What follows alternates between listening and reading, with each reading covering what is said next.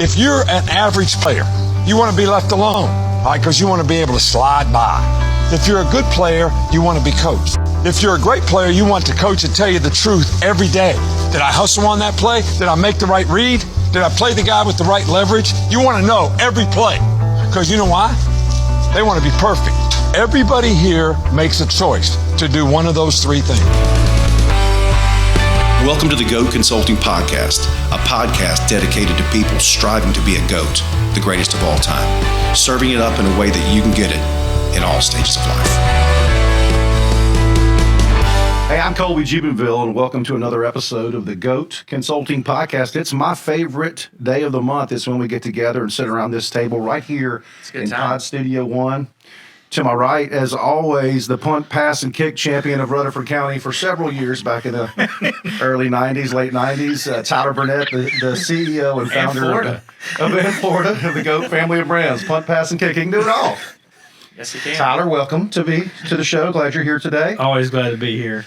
You'll notice something different you may see as our global audience watches us in Apple, Spotify, you list them all. What's another one? YouTube, Google, Amazon. You may notice that we have headphones on, and we'll speak to that here in just a second. But coming in from Brentwood, the calming force, the LinkedIn whisperer, today he's got a hoodie, and that is significant. We'll talk about that in a minute. But it says Nashville. What, do they have hockey in Nashville? You know, Nashville is a hockey town with a music problem. That's what they said. Hey, did y'all see that Goat Turf sponsored the Preds win last night? They have turf in hockey. No, we just sponsored the win. Did you? I'm really angry right now. Okay, because we're gonna put him in, what do they call that in hockey, timeout, or what is that called? Penalty box. The penalty box. Yeah, put him in the penalty box. Are you sponsoring the penalty box? Yes. Now he is. Anyways. He has a Nashville hockey shirt on, and I'll just say this because I know Marty Mulford listens up there in Columbus, Ohio. He's the VP for Ohio is represented today. Yeah, we need to get you back here, Marty, to make hockey great back in Nashville again. We got a great show for you today. We got a special guest coming all the way in from Charlotte, North Carolina. So he says to us in his hotel room, he's broken all the rules that Carl laid out to make sure that we have this thing work right. So we're flying by the seat of our pants. But we're building the plane as we fly it. Build the plane as we fly it. I like that. Yeah. Welcoming to the show, our good friend and well-known in Cincinnati, Ohio, Mr. Mel Gravely. Mel, welcome to the show. Hi, guys. How you doing? Punt, pass, and kick champion? I got to get some background on that. Well, I mean, you got to dive into the archives. We're not going to go into the detail on this. Okay, we won't do it today. We'll talk this later. We'll get into that for sure. Mel, we're glad you're here. I know you got so many things to talk about. Before we get into the topic of today's show, we always set the stage by saying that this is the GOAT Consulting Podcast. You'll see that beautiful bottle of syrup right there in front of us because we serve it up in a way that you can get it. We got that from one of our folks at Waffle House. They serve it up in a way that you can get it. They do. Trying to sponsor, but we're trying to be careful. Every time we're building the platform. And you know, it's about the stages of life and career. This platform is designed for people in their 20s who are trying to get in the game, in their 30s trying to move up in the game, in our 40s we're trying to stay in the game, in the 50s what the research says is we finally ask ourselves, what is it that I really want? Yeah. And then with all that, and this goes to a tip to the hat to Tom Brady, the greatest of all time, the GOAT, the guy that created the GOAT. Yes, the GOAT. A GOAT in sports, it's easy to see. It's somebody that's recognized for their greatness. They elevate those around them by playing their game and doing what they do. But in business, it's more about unique perspective, unique education, and unique experience. What they do gives them energy, and it gives other people energy. They create new levels of challenge and new levels of opportunity for everyone around them, which is why we brought in our guest today, who has a unique perspective, education, experience. Mel, welcome to the show. John, I'm going to pass it off to you and let you do what you do so well. Well, thanks for that. And I can't wait for the world, our global audience, to meet Mel. He has just become one of my favorite people. And I'm going to break protocol a little bit here because I'm going to share a GOAT. And one of the ways that we honor our guests is we give them a chance to give us their definition of a GOAT, which Mel's going to do here shortly. But before I share some accolades and the reason he's a GOAT in so many ways, we've talked about GOATs being certainly people, businesses, products. I'm going to share a moment. This is my GOAT today. It is one of the greatest moments of all time, and we'll probably dive into it a little bit more, but about a year and a half ago... So it's not when we met for the first time. That was one of them. Okay. But, it's for it's a different podcast. All right. We've got Mel here. I'm going to share this because this is the greatest, maybe the single-handedly the greatest moment I've ever experienced in business. And Mel and I have done some work together. We were up in his office in Cincinnati. He is the king of Ohio, the king of Cincinnati, by the way. Share more about that here in a second. But the GOAT moment first is we were in his office conference room. There was about 8 of us. This was about a year and a half ago. And we were kicking off a business relationship. We managed some of the risk, strategy, and insurance for Mel and his company, TriVersity. And Mel walks into the room, and he sits down, and he's got this presence about him. And he says, the most important thing here today is that you guys know that we have an expectation to be the very best client Lockton has. And we expect you to coach us on how to be that. And the rest of the meeting kind of followed that protocol. And it was this fascinating experience for me because I'd never heard that before. Yeah. And I still haven't. And we've talked about this over and over. I tell people this all the time, but it was a GOAT moment. It was out of humility and confidence and boldness. And I can't wait to talk more about it. So that's my GOAT for the day. It was a moment wrapped up in my first connection with Mel. But Mel's the CEO. He's the chairman of the board of the TriVersity Construction Company. As I mentioned, they're based in Ohio. Doing about $95 million a year. Mel formerly served as a managing director of the Institute for Entrepreneurial Thinking, a think tank focused on providing thought leadership and enhancing the growth of minority-owned businesses. He's written 8 books. Awesome. Colby, how many have you written? Books? Yes. Dos. Okay.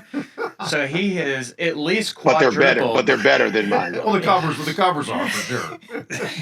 It's the covers.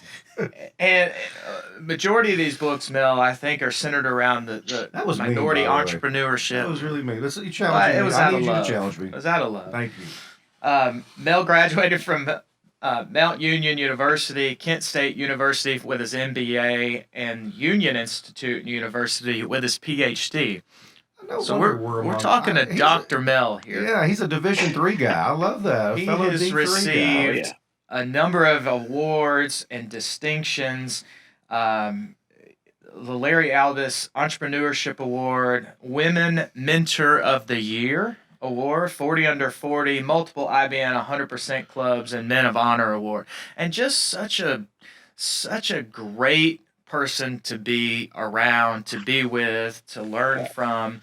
And I'm just so impressed with what you've done. I'm honored to be able to have you on this show with us and for the world to get to connect and meet with you. So thank you for being here, Mel. Maybe you could just help us get to today in your story, your life, your career, some of your defining moments.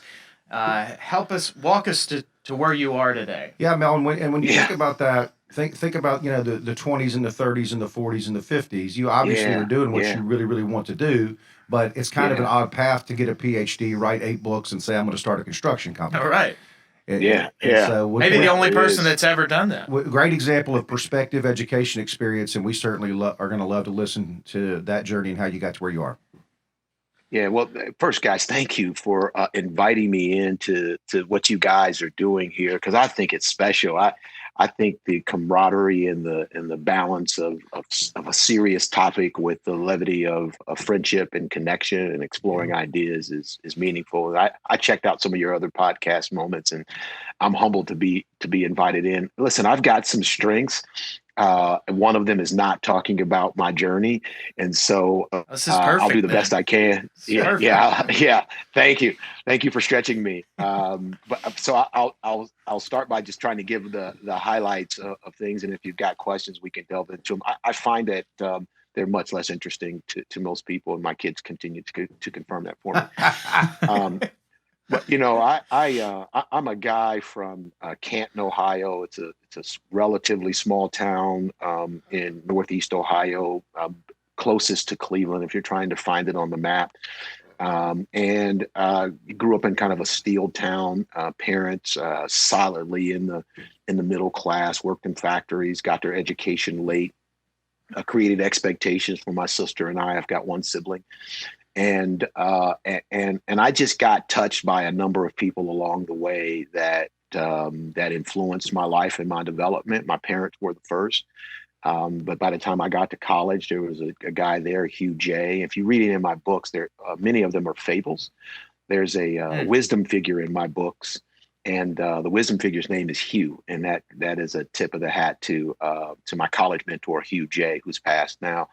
But Hugh J. touched my life in a really meaningful way when I was a senior in high school, and he convinced me to go to Mount Union and started me on a corporate track where I met the folks from IBM. And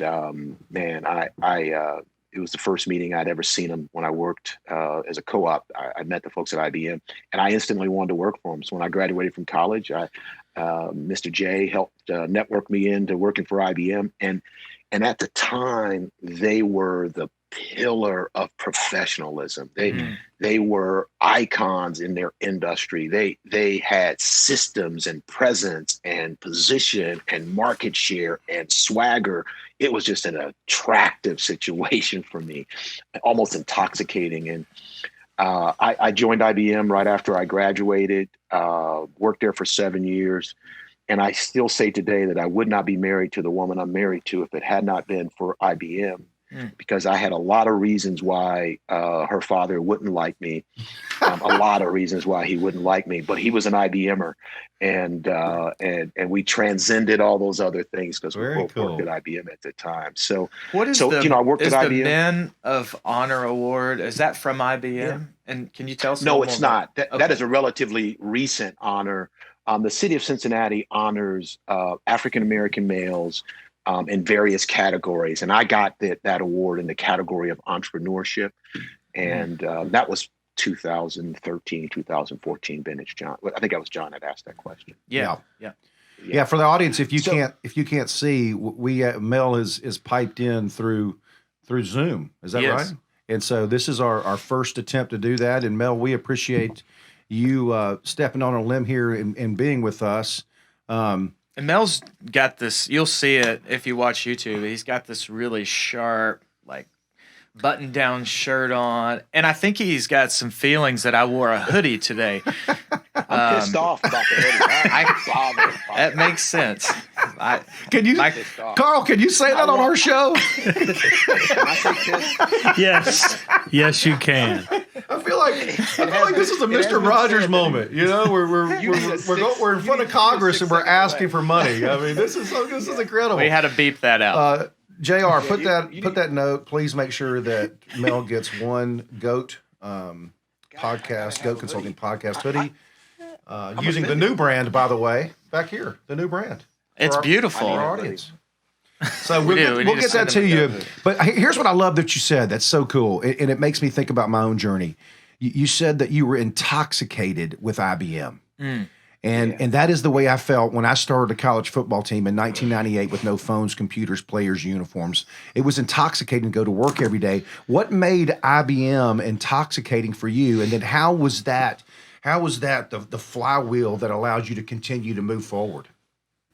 Yeah, it relates to the theme of your podcast, the GOAT. There was no one better on the planet in technology than IBM. And their people were the absolute best. I mean, how can you walk in to an IT department and tell the director, I'm going to charge you 30% more than that guy over there, and you're going to like it. Yeah. Right? Wow.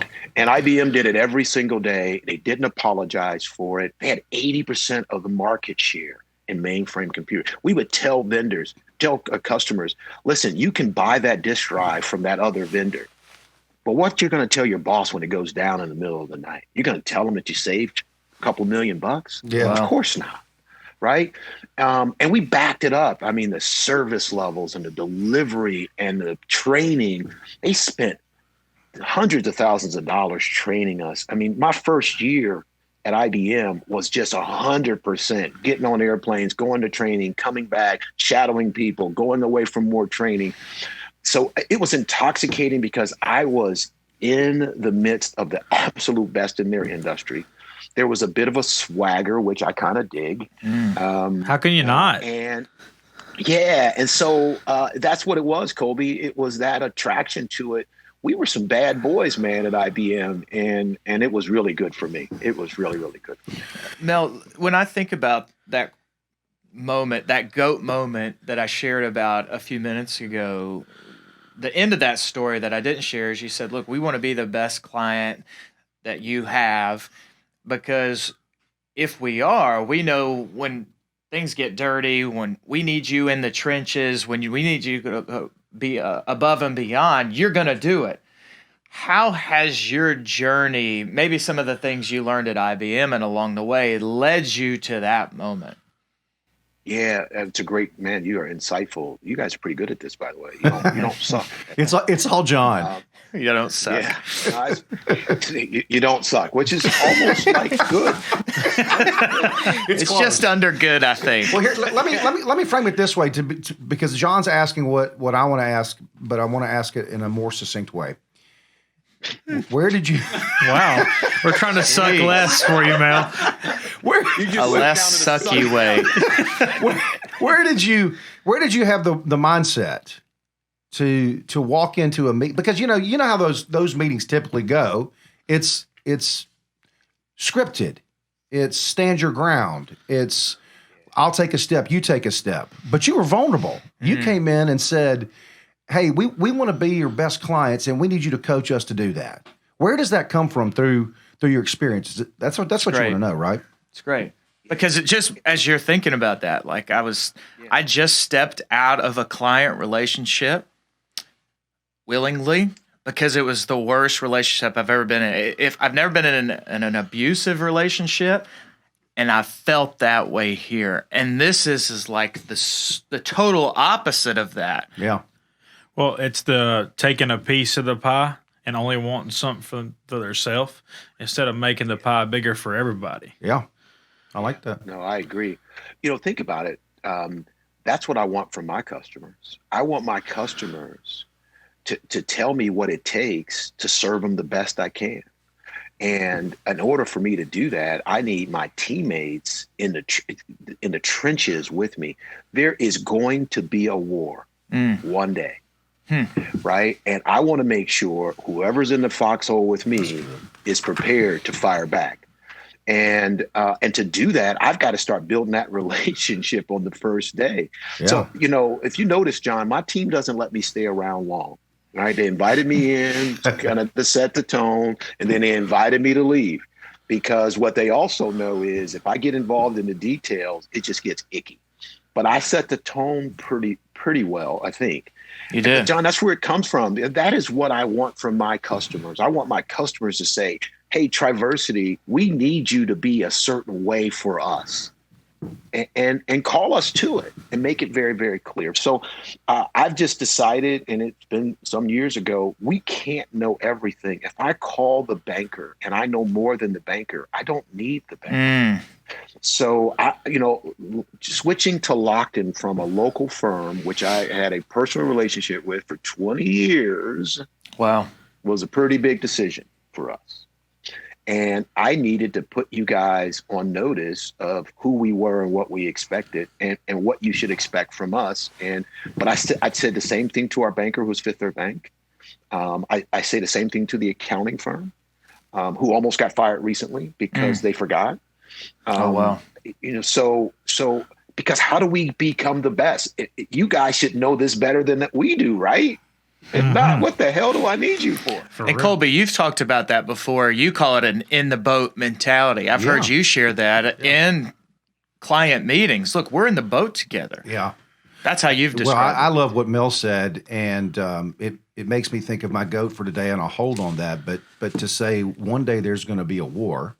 I love it. And I need to know that the people that I have on my team are in the trenches with me. God, it's so Tyler, good. you wake up every day. Every time I walk into your 21,000 square foot facility that has a bar, a TrackMan golf simulator, and batting cages, there's 100 people running around crazy, working all day, every day. Every day's a war for you out there. Get it done.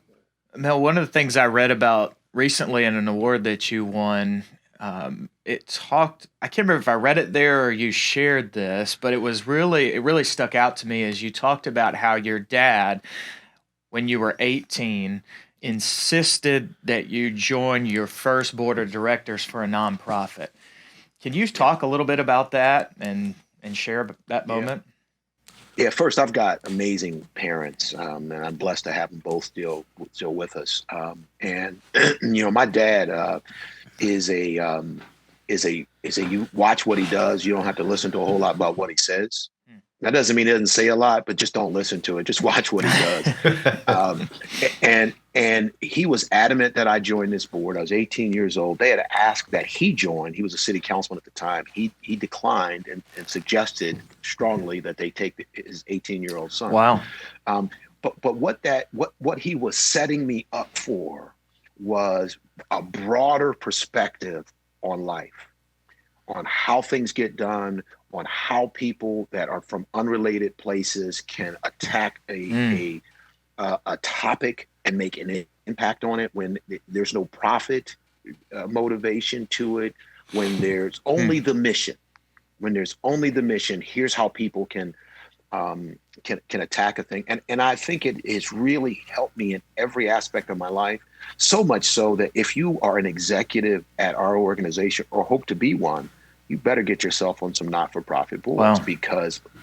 Because I think it builds your leadership skills, it builds your perspective, it builds empathy, it lets you see other leadership styles, it just sets you up differently. And I don't want to work with anyone that doesn't have empathy and can't go chase a mission that is not just about themselves. I don't want to work with people like that. So many great ideas wrapped up in what makes other people attractive to you in terms of how to build an organization. It makes me want to go ahead and ask the question so we can tell our audience, what is a GOAT to you?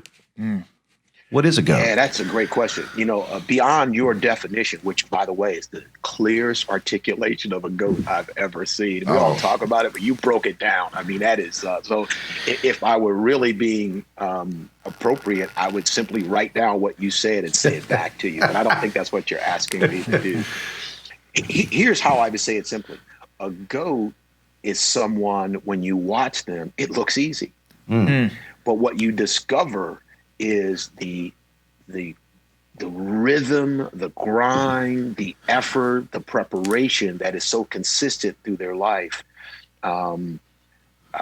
That is a GOAT to me. When you watch them, you're like, wow, they make that look easy. I should go, be a newscaster. I should go be a football quarterback. Gosh, that looks so easy. I mean, what does he got to do, right? He never gets hit.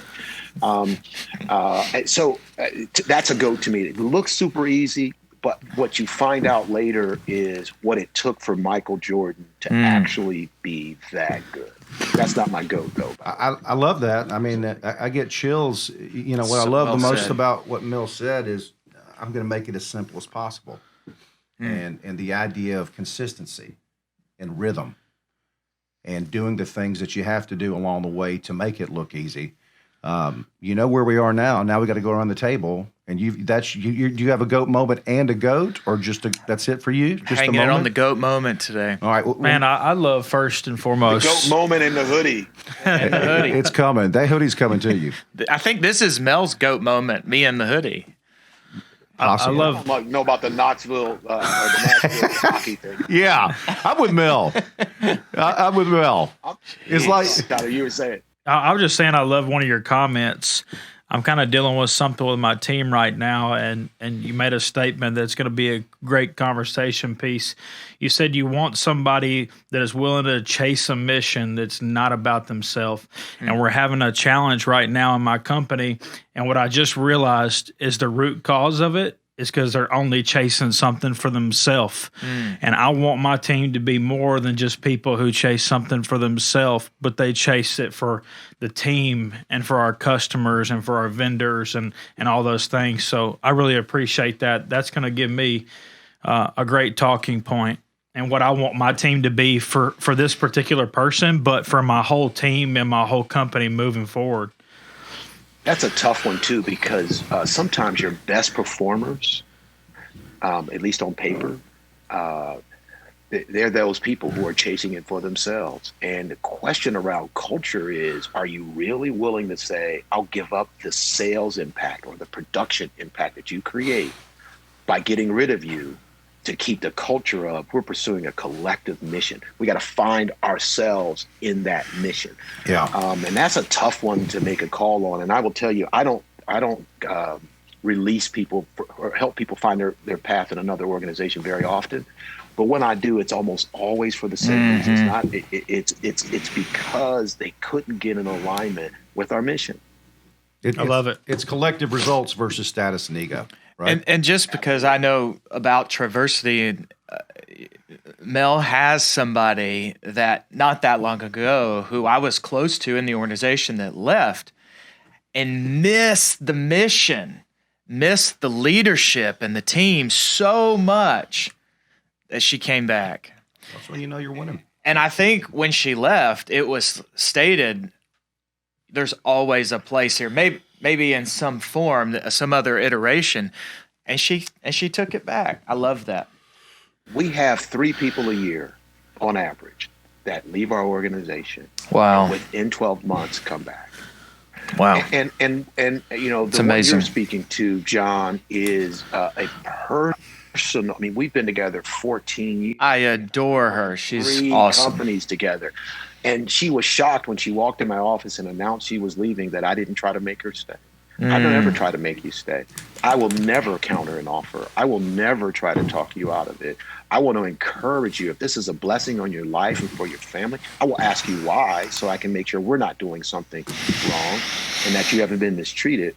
But I will support your move. And if you come back, great. And if you don't, then I hope you've had a good experience with us and you can share it out in the world. We've had more disciples out in the world that believe we're doing something special. That's goatness right there. Well, Mel knows what Nick Saban knows, that the singular greatest competitive advantage that any organization can have is culture. And from where I sit at this table, he sure makes it look really easy. But I bet that has to do with the amount of preparation, the rhythm, the effort that he had along the way. And I think we may have part 2 to talk about that because certainly you have so much to say. I do want to, He's got to share some goats. Well, we're going to do that, but I want to go ahead and set the stage for my goats first, please. Okay. Thank you, since you stepped over me there. My goat is not. And Mel, this goes straight to you. My goat is not Sam Weish, okay? Because Sam said you don't live in Cleveland, you live in Cincinnati. All right, so it's not because you live in Cleveland. All right, Cincinnati. I mean, I'm sorry, you live in Cincinnati. God, I screwed that up. But my goat is But at the time, I did live in Cleveland. You lived in Cleveland, yeah. You actually. Yeah, that's right. You actually personify both of those pieces of that quote. But now I understand what he was talking about. Right. But my goat today is General Patton, because if anybody knows how to get in the foxhole, if anybody you want when you go to war, there's nobody better than that. And certainly with a 90 million plus construction company and the multifaceted, multi-complex pieces that you move on a daily basis, I think understanding that whole idea of waking up and knowing that you got to go to war and you got to have the people on your team that understand that, have that same kind of mindset, certainly makes up what goatness, as John says, is all about. let's wrap it up and let's hear what your GOAT is. And if you mind, would you stick around for a few more minutes and we'll do another? We're a quick cast. We're different than a podcast. We're a car ride to work and a car ride home. So if you have the time there in Charlotte, we'd love, and the other 5 people that are walking around downtown, we'd love to do that with you. There are only 5. Yeah, I'd love to do that. Do you want me to give you my? Yeah, go ahead and give us your go. Let's finish on that. So I will tell you, I admire a lot of people and how they move, but no one more than Oprah Winfrey. Yeah. Oprah Winfrey went on TV every single day, and in my opinion, made it look easier than anyone had ever made it look. Her natural interviewing style and personality just made it look easy. And then she moved into acting on her own, and I still remember her in The Color Purple. And I thought, which is a very dark movie, by the way. I can't watch it twice. But her acting in there, I thought, oh, my God, this lady was in broadcast before this. And in Nashville, by the way. Yes. From Nashville. Her dad still owns a barbershop here. Nashville and Mobile, Alabama are the womb of greatness. We'll do another show on that. Not Mobile, but Nashville for sure. Mobile for sure. We'll have to debate that. Yes. So for me, but what you discover afterwards is how much work that takes, and how much attention to detail, and how much demanding her team to step to levels that they couldn't understand, and how much it took to sign every check so she understood the business that she was in. And if you just add up the things she's had to do to make it look that easy, Oprah Winfrey is the GOAT I'd bring to you today. Wow. You get a car, you get a car, you get a car. Hey, favorite things. She's awesome. Oprah, I think, is certainly right up there with Tom Brady in terms of how she makes it look easy. You certainly have made it look easy from where you stand, and I know there's so much that happened between that first moment of feeling intoxicated with the bad boys of technology and IBM, and all the way to saying, I'm going to launch my own business, and I'm going to go and I'm going to do it my way. And so I know in between those two places, there's a whole lot of work, a whole lot of effort, a whole lot of consistency. And we're gonna take a step back and pause, and we're gonna do it all over again here in just a few minutes. But straight right here from Pod Studio One in Murfreesboro, Tennessee, for Tyler, for John, for our friend Carl, who always makes it look easy. Mel, we appreciate you taking the time from beautiful Charlotte, North Carolina, and we know that you live in Cincinnati. And you're from Cleveland, and we're glad you spent some time with us today. And God love Sam Weish. We'll see you next time on the GOAT Consulting Podcast. Thank you, guys. Thank you.